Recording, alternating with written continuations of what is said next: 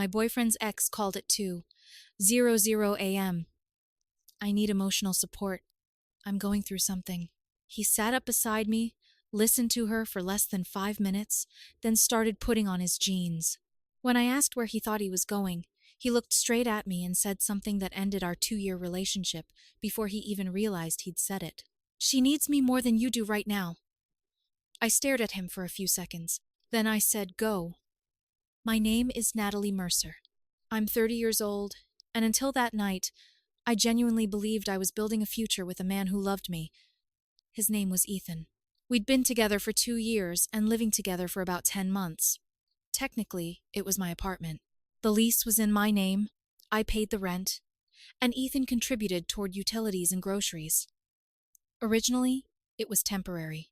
We were supposed to save money, finish out my lease, then find a place together. Somehow, temporary became normal. And for most of those 10 months, I didn't mind.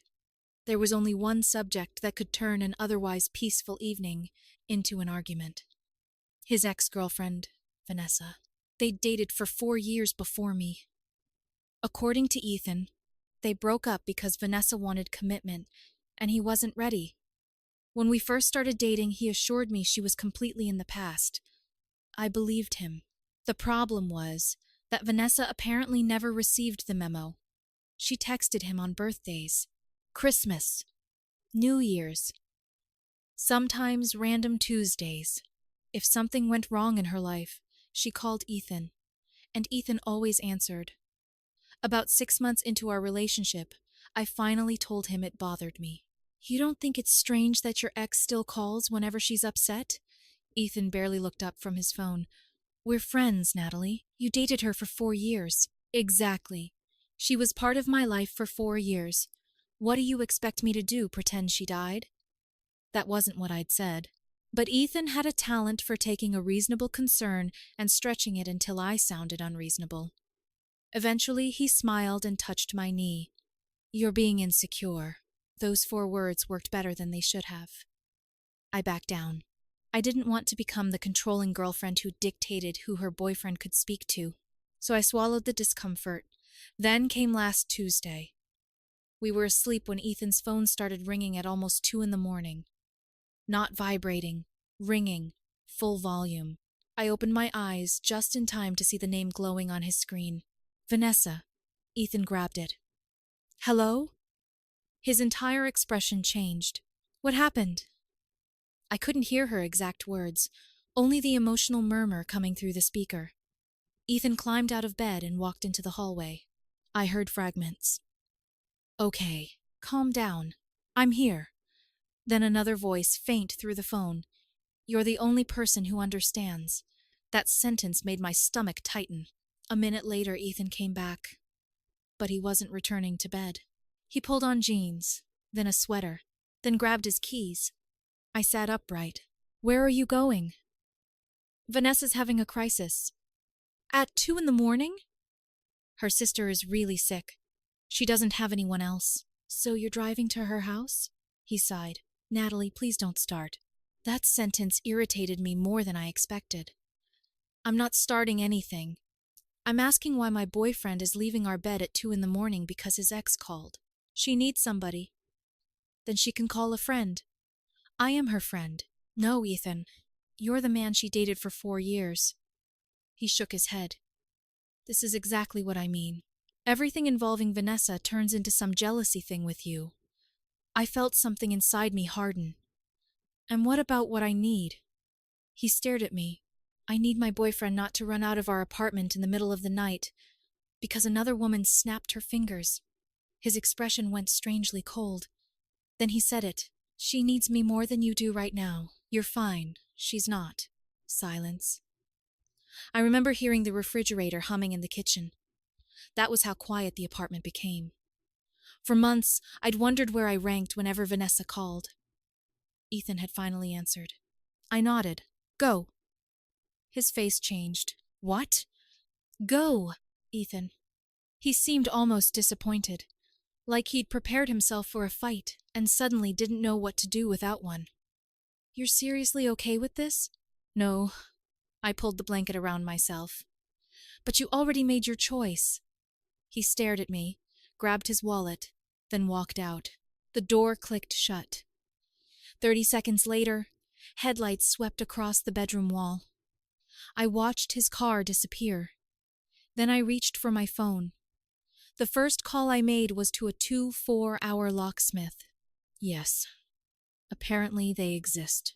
And yes, they charge an absurd amount of money at 3 in the morning. I didn't care. While I waited, I started packing Ethan's belongings. I wasn't angry in the dramatic sense. I didn't throw anything. Didn't smash photographs. Didn't cut up his clothes. If anything, I was frighteningly calm. Shirts folded. Shoes paired. Chargers wrapped. Toiletries bagged separately. The stupid decorative pillows he'd insisted made my couch less depressing went into a box. 2 years of a relationship reduced to luggage. By the time the locksmith arrived, I had 4 suitcases, 3 boxes, and several shopping bags lined against the living room wall. The locks were changed around 4:30. At 5, I texted Ethan's mother. Hi, Diane. I'm sorry to message this early. Ethan will need somewhere else to stay. His belongings are packed, and I can have them delivered to your house this afternoon. I'm sorry it ended this way. Then I made coffee and waited. At exactly 6:17 a.m., I heard Ethan's car. Footsteps crossed the porch. His key entered the lock. Nothing. He tried again. Harder. Then came the knocking. Natalie? I took another sip of coffee. Natalie, something's wrong with the door. More knocking. Are you awake? I finally stood and opened it. Ethan looked exhausted. Hair messy. Shirt wrinkled. And when he stepped closer, I smelled something sweet on him. Women's perfume. Vanessa's, presumably. His eyebrows pulled together. What happened to the lock? I changed it. He blinked. You what? Your things are packed. He pushed past me and stopped when he saw everything stacked beside the couch, his face drained. Are you serious? Completely. You can't just throw me out. I'm ending our relationship, Ethan. Over tonight? No. I looked directly at him. Tonight just made me stop pretending the problem wasn't already here. His anger cracked into panic. Nothing happened. You disappeared for 4 hours. Her sister might have cancer, Natalie. She was hysterical. And somehow comforting her required you to smell like her perfume. His eyes flickered. We hugged. For 4 hours? We talked. She cried. I lost track of time. I nodded slowly. Then you should probably go back. His face twisted. That's cruel. No, cruel was looking at the woman you supposedly love and telling her your ex needed you more. I didn't mean it like that. How did you mean it? He opened his mouth. Nothing came out. Then the tears started. He apologized, promised Vanessa would never call again. Then, when that didn't work, he told me I was overreacting. When that failed, I became heartless, then controlling, then cruel. Finally, he told me I'd regret losing him. I listened, until he ran out of versions of the same excuse. Then I pointed toward the suitcases. Take whatever you need for today. Your mother can collect the rest. At 8, Diane finally called. I explained everything. The call, Vanessa, the 4-hour disappearance, and the sentence Ethan couldn't take back. There was a long silence. Then Diane sighed, not a shocked sigh. A tired one. I'll come get his things. Something about her voice bothered me. Later that afternoon, she arrived with Ethan's sister and her husband. They loaded everything into a pickup, while Ethan sat in his car, refusing to look at me. Before Diane left, she touched my arm. For what it's worth, Natalie, I always liked you. Thank you. Then she glanced toward her son's car. And I warned him about Vanessa. I froze. Warned him about what? Diane hesitated, then shook her head. That's something he should have told you himself. She walked away before I could ask another question. I watched their vehicles disappear. Then I stepped back into my apartment and closed the newly locked door. For the first time in 10 months, the place was completely silent. I thought that was the end. 3 days later, Ethan started texting. 7 days later, he showed up at my workplace. And not long after that, his own mother told me something about Vanessa that made me realize the night he left my bed wasn't the beginning of the betrayal. It was simply the first time I'd caught him choosing her. For the first 3 days after Ethan moved out, his messages sounded like regret. I made a mistake. Please let me explain. You're throwing away 2 years over one bad night.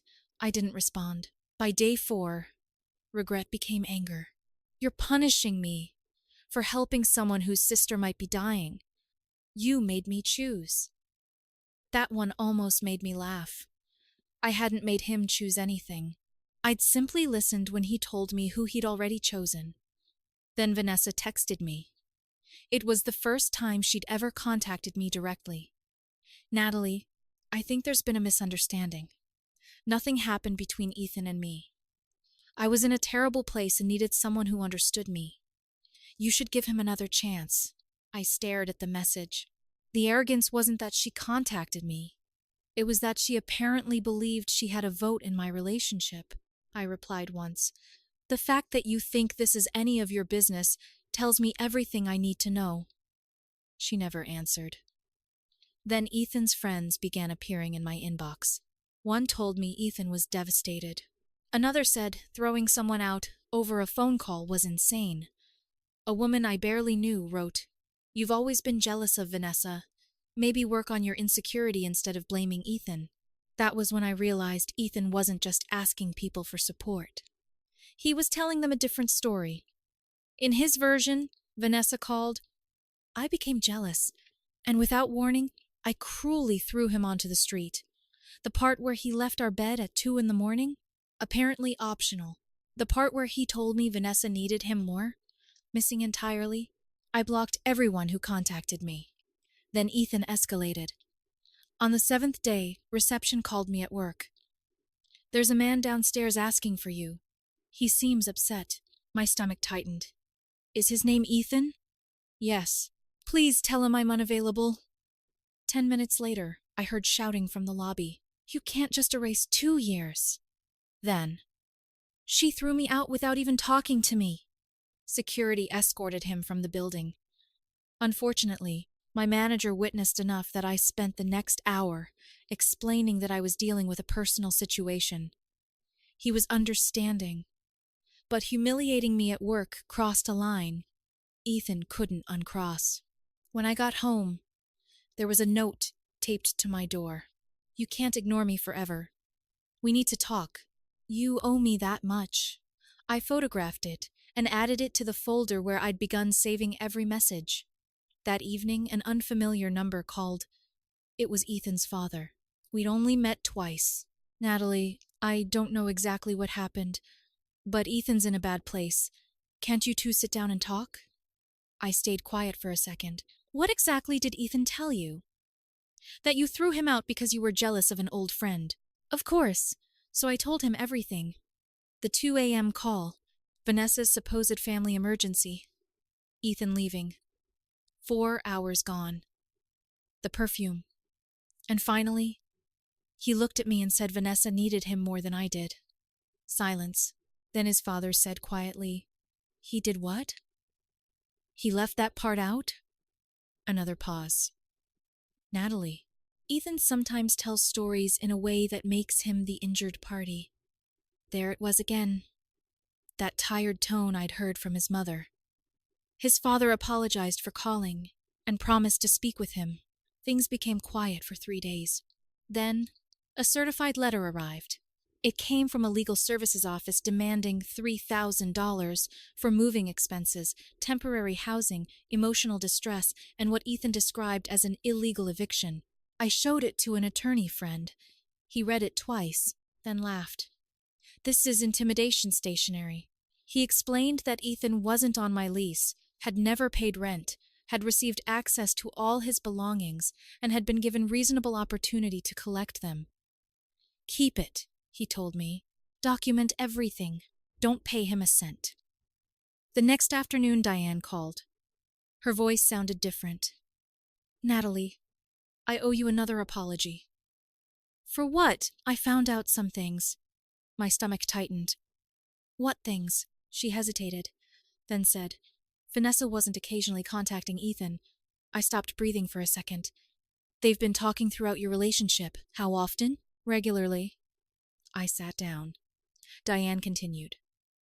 His sister saw messages on his laptop. She wasn't searching for them. Notifications appeared while he was staying here. How far back? Months. Some almost 2 years. 2 years. Almost our entire relationship. Then Diane said the sentence that finally explained the strange warning she'd given me while collecting Ethan's belongings. This wasn't the first time he went to Vanessa late at night. I closed my eyes. There were at least 2 other times we know about. He told you he was working late, didn't he? I remembered them immediately. One Thursday, one Saturday. Both nights he'd come home after midnight.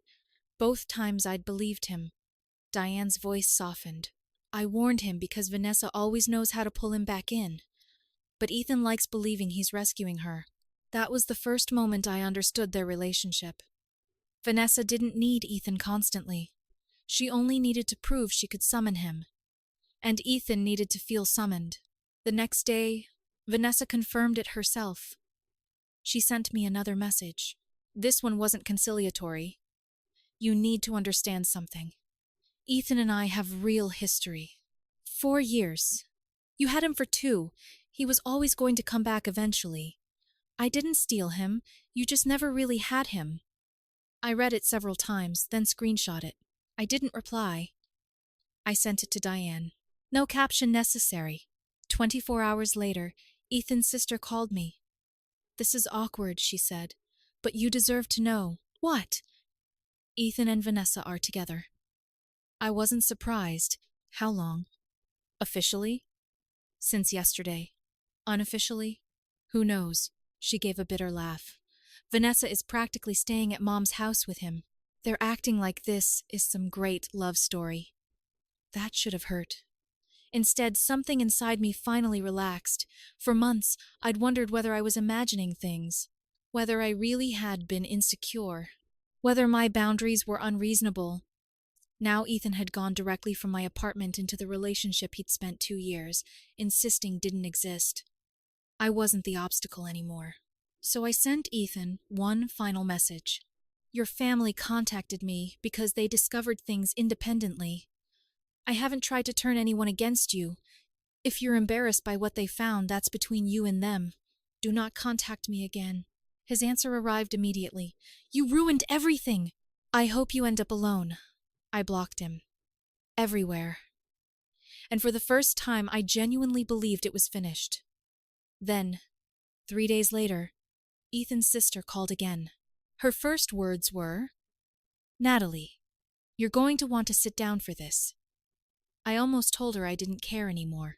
Then she said, Vanessa's sister never had cancer. I went completely still. What? The whole reason Ethan left your apartment at 2 a.m? She paused. Vanessa made it up. For several seconds, I couldn't speak. What do you mean she made it up?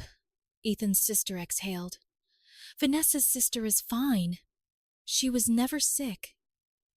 Apparently, Diane had tried to send flowers. That innocent gesture destroyed the entire story. When she contacted Vanessa's family to ask where the flowers should be delivered, she learned there was no hospital, no diagnosis, no cancer, no emergency.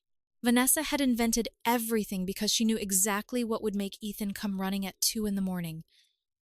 I sat there staring at my kitchen wall. So she lied to get him out of my bed. Basically. And Ethan? He confronted her. I almost laughed. What did she say? His sister hesitated. She told him, it worked, didn't it?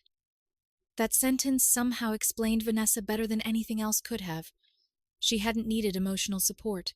She'd wanted proof. Proof that she could call my boyfriend in the middle of the night, and he would leave me without hesitation, and Ethan had given it to her. What happened after that? They exploded. The reunion they'd treated like some grand love story lasted less than 3 weeks. Ethan screamed at Vanessa for manipulating him. Vanessa screamed back that nobody forced him to come. that part mattered. Because she was right. Vanessa lied. But Ethan chose. He chose to answer. He chose to get dressed. He chose to ignore my boundary. And he chose to look me directly in the eyes and say she needed him more. According to his sister, Vanessa's belongings ended up scattered across Diane's front lawn. Neighbors came outside. Someone called the police. By morning, Vanessa was gone. Ethan was back inside his mother's house, devastated, and apparently telling everyone he'd been manipulated. Again, somehow, Ethan was the victim. "Is he okay?" I asked. "He's miserable," then she added quietly.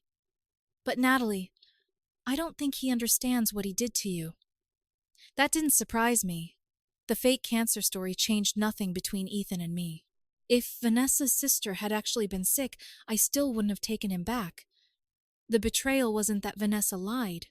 It was that Ethan showed me how quickly he would abandon our relationship whenever she called. After that conversation, the chaos finally stopped. No workplace visits, no letters, no messages from friends, nothing. The apartment became quiet again, but this time, the silence didn't feel empty. It felt peaceful. I started noticing how much energy I'd spent managing Ethan's emotions, how carefully I'd avoided mentioning Vanessa, how often I'd convinced myself that perfectly reasonable discomfort was insecurity because Ethan preferred that explanation. A few days later, Diane sent me one final message. "I wish things had been different. You handled this more gracefully than Ethan deserved. Take care of yourself, Natalie." I thanked her. Vanessa contacted me once too. She tried to rewrite herself as another casualty of Ethan's drama. I deleted the message without answering. She didn't get absolution from me. Neither did Ethan. And strangely, I didn't want revenge anymore. Their relationship collapsing didn't restore the 2 years I'd spent trusting him. It simply confirmed that leaving had been the right decision. The final thing I changed was almost embarrassingly small. My emergency contact at work. For 2 years, it had been Ethan. I deleted his name and replaced it with my sister's. Then I stared at the screen for a moment before clicking save. That felt more final than changing the locks. I'm not dating anyone right now. I'm not bitter about relationships. I'm simply done confusing trust with ignoring my instincts. Because looking back, Ethan told me everything I needed to know at exactly 2:00 a.m. Not when I smelled Vanessa's perfume. Not when I discovered the secret messages. Not when they immediately got together. And not when the fake cancer story finally collapsed. It happened when he stood beside our bed, keys in his hand, and told me another woman needed him more. I believed him. Maybe for the first time. I actually listened. Vanessa thought she'd won Ethan back that night. Ethan thought he was rescuing someone who needed him. And I thought I was losing a 2-year relationship. Turns out, I was the only one walking away with something valuable. Clarity. Sometimes the best revenge isn't watching someone's life collapse. It's refusing to participate when they try to drag you back into the wreckage. Ethan chose Vanessa at 2 a.m. I simply made sure that when he came back at 6:17, the door he'd chosen to leave was no longer open.